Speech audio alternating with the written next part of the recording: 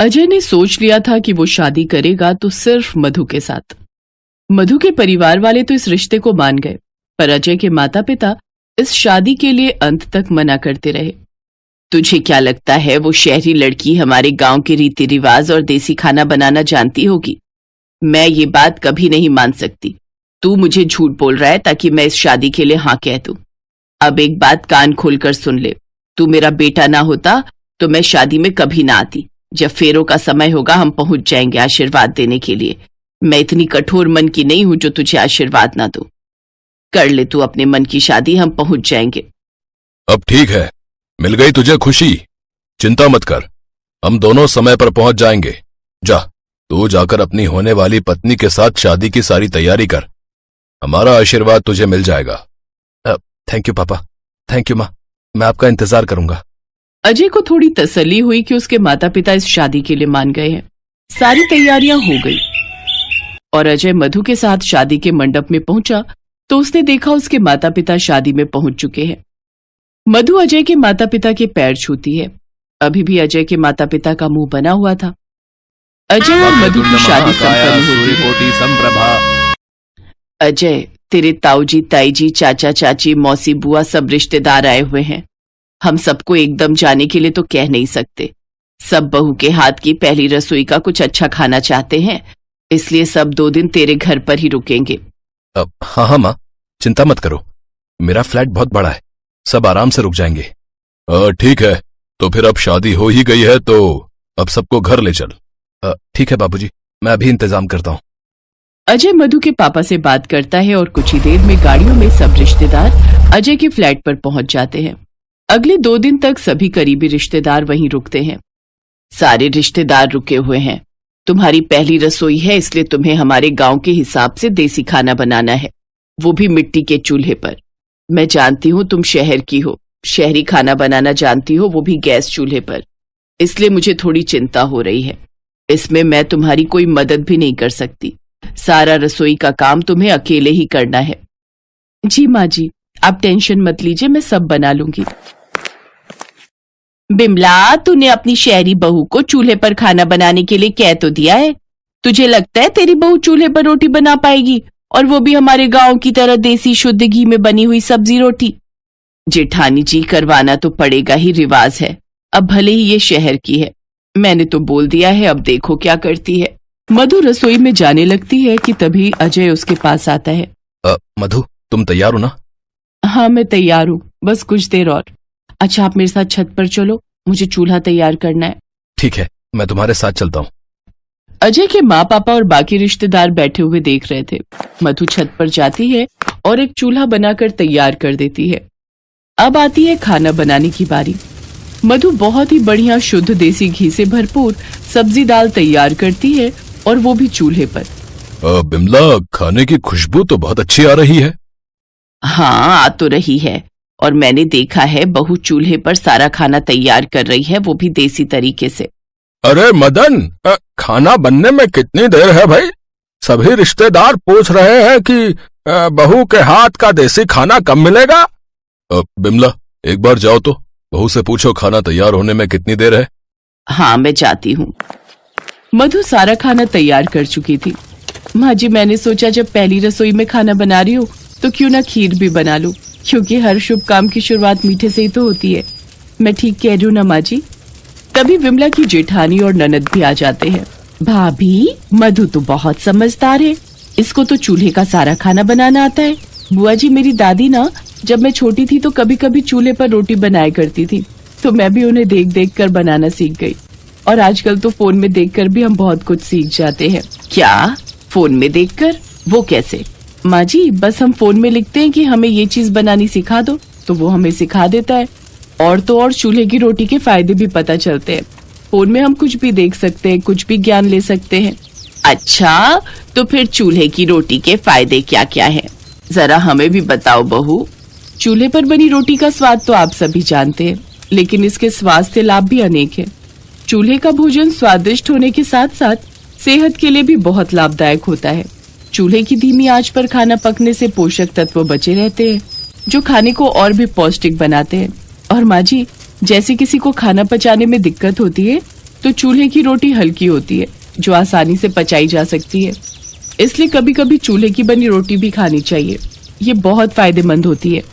मैंने तो सोच लिया है, अब ये छत पर चूल्हा बना लिया है तो कभी कभी हफ्ते में एक बार चूल्हे पर ही खाना बनाया करूंगी। इससे स्वास्थ्य बहुत सही रहता है। अपनी ज्ञानवर्धक बातों से और अपने व्यवहार से मधु ने कुछ ही देर में सबका दिल जीत लिया। मधु के हाथों के बने चूल्हे के भोजन की सब बहुत तारीफ करते हैं और मधु की बताई गई बातों पर भी गौर करते हैं।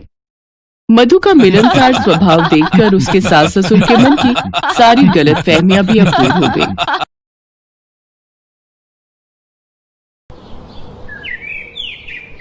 माँ, बिट्टू की गर्मियों की छुट्टियां पड़ गई हैं और ये जिद कर रहा है शहर में चाचा चाची के पास जाने की। हाँ तो चल पड़ते हैं ना।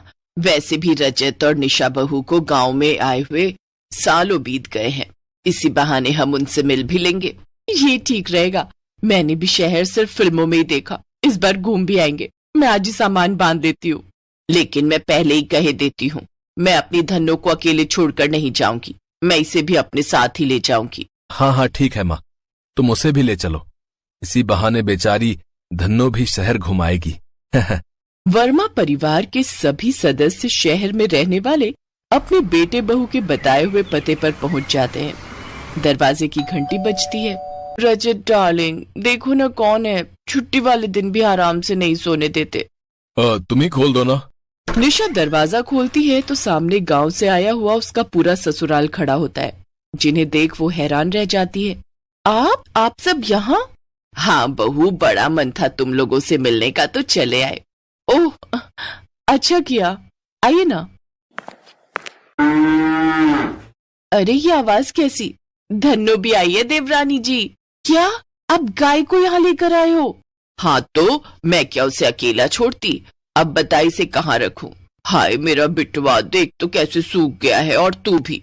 अब तुम दोनों को गाय का दूध पिलाऊंगी, फिर देखना कैसे सेहत बनती है तुम्हारी।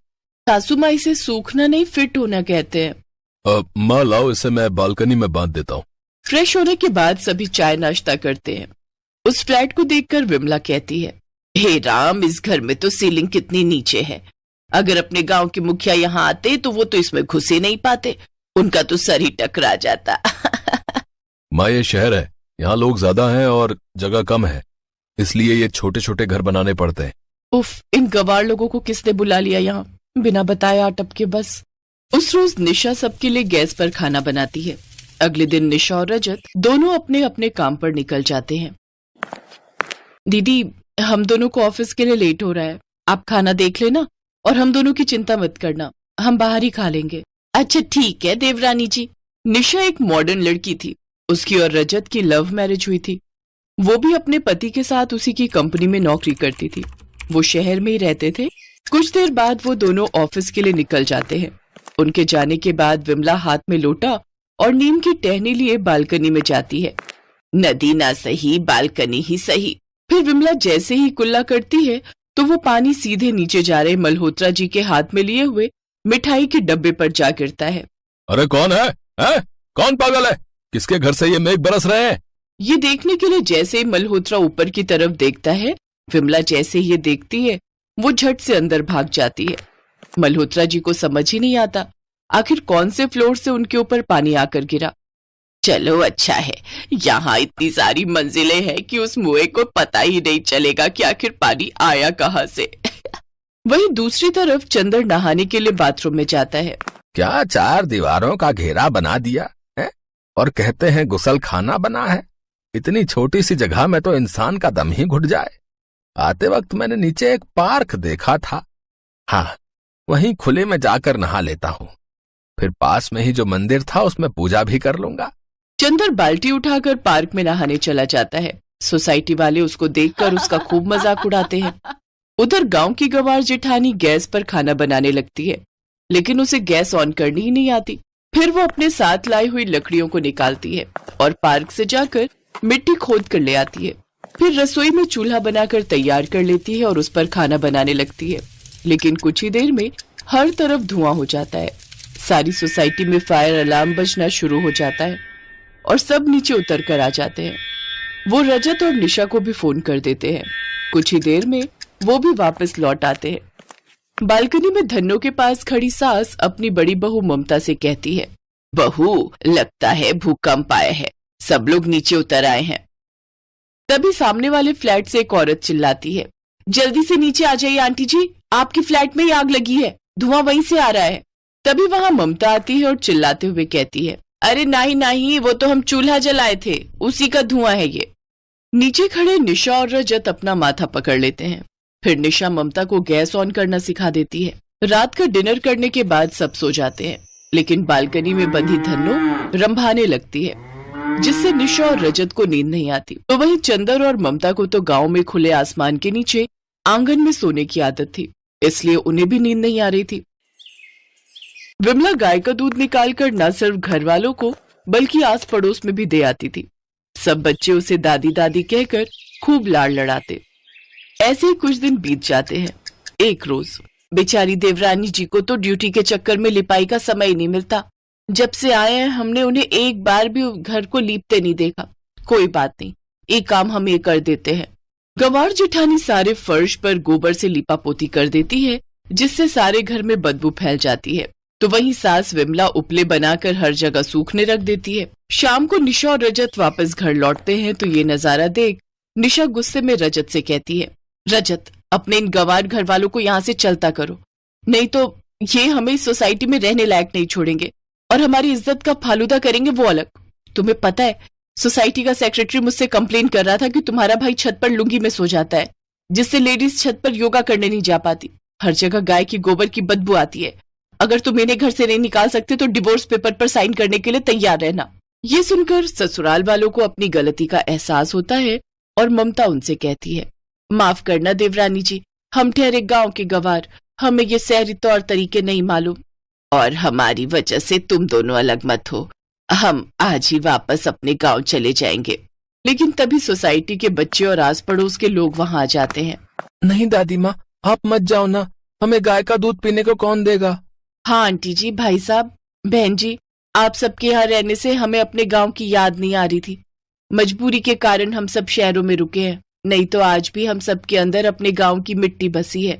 उन सब की बातें सुनकर निशा को भी अपनी गलती का एहसास होता है और वो भी अपनी सास से माफी मांगती है। फिर कुछ दिन और उन्हें अपने साथ रुकने के लिए मना लेती है। सबके कहने पर अब वो कुछ दिन और वहीं रहते हैं। अब वो सब एक साथ बहुत खुशी से रहते हैं।